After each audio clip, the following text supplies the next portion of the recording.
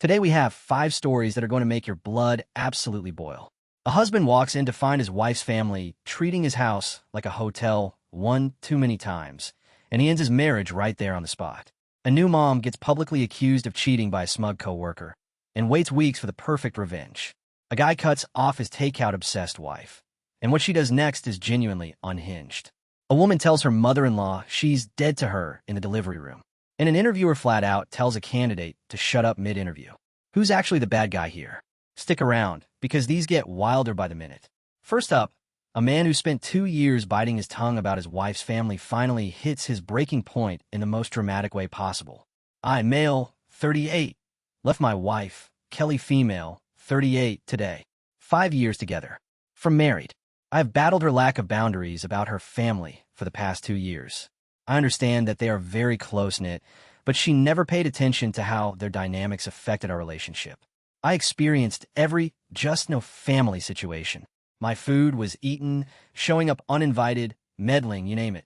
9 months ago, mother-in-law and father-in-law began divorce proceedings. He cheated, fell madly in love with a side chick with whom he's lived for the past 15 years, and he decided that he wants to get remarried.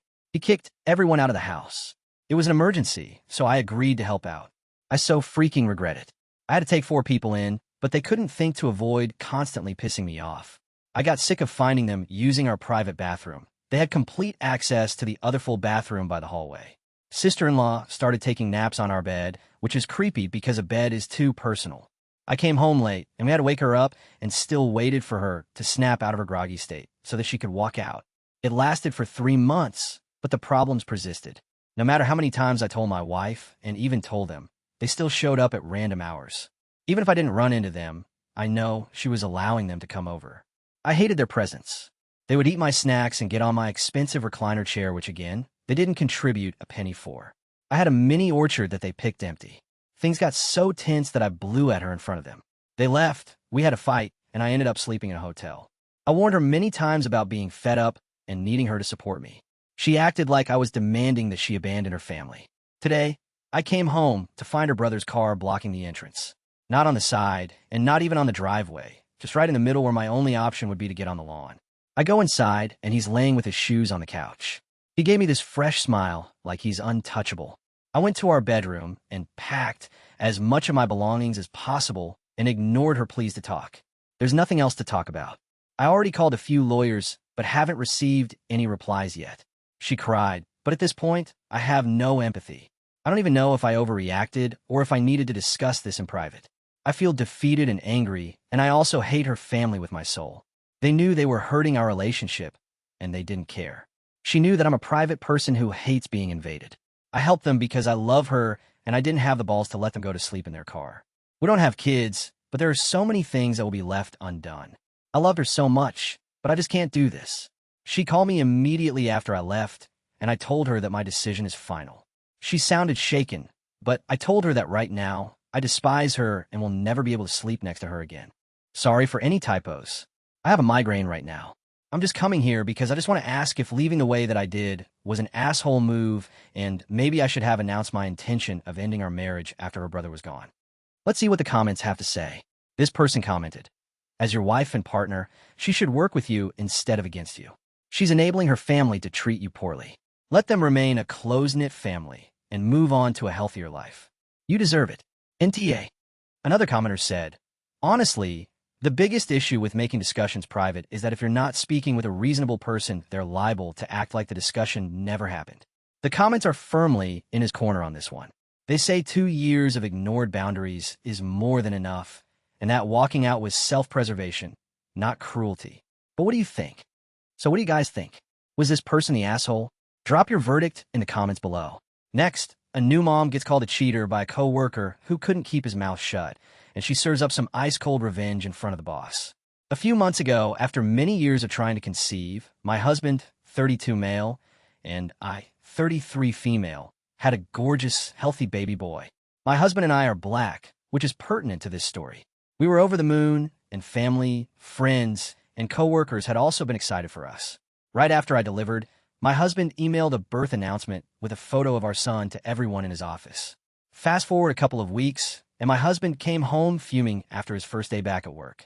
One of his co-workers informed him that another guy in the office, a new young employee my husband barely knew, had been telling everyone willing to listen that my husband couldn't be our son's father because that baby is too light to be his and its hair is too long and straight. That a white man's baby or an Asian's. This guy proceeded to tell everyone what a sucker my husband was, and that his excitement over finally becoming a dad was blinding him to the reality that he had been cheated on and his wife impregnated by another man. Side note for anyone who's still unaware in 2025, black babies in general are fairly pale as newborns, and their skin will darken over the first few weeks. Hair changes to a clear pattern are usually gradual as well. Our son was no exception and is now my hub's mini-me.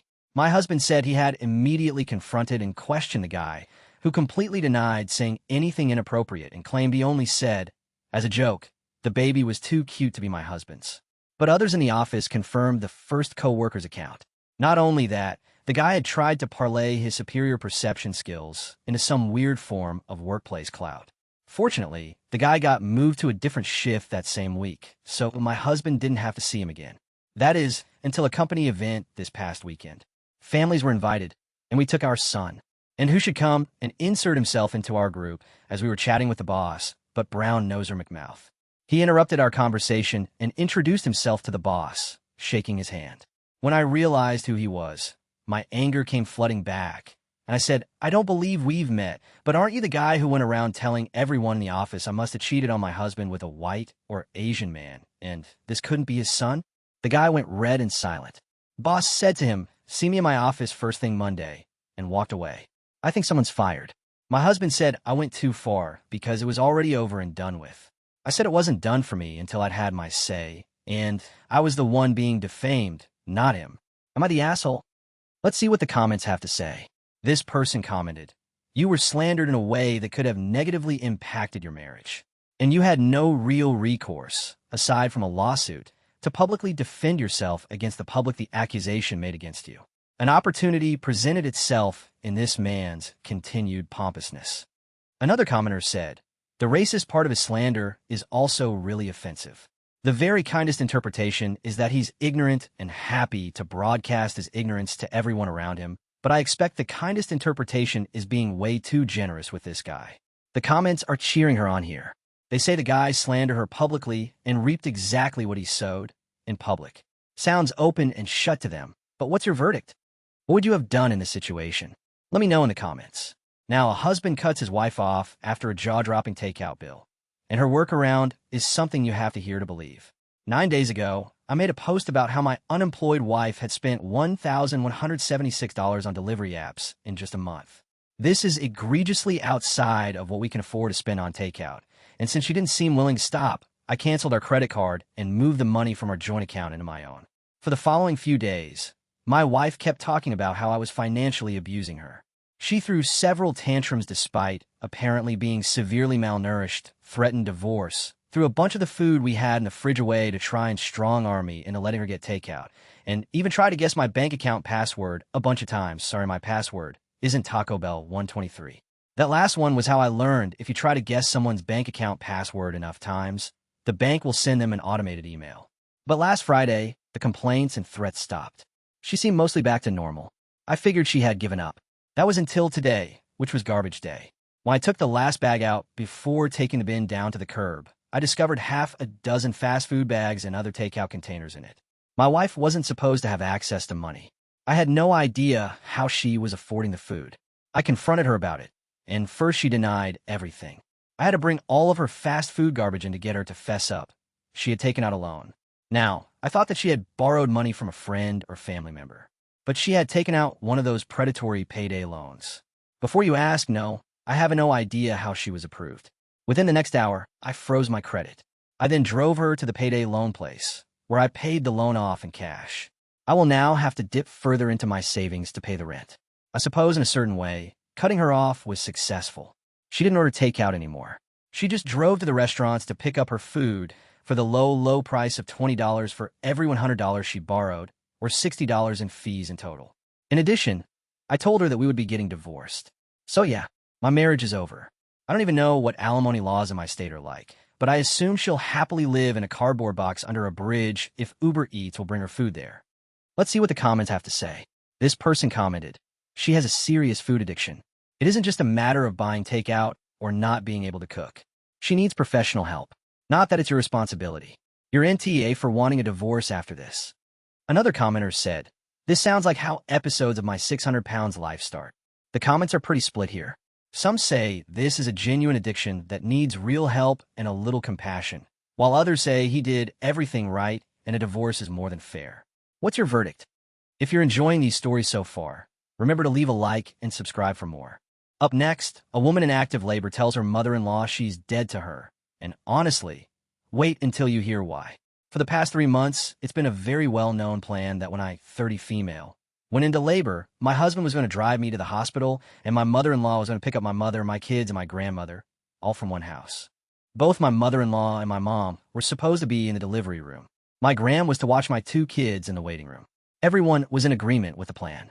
Now, my husband and I have 2 sons already, and for both births, my mother was present.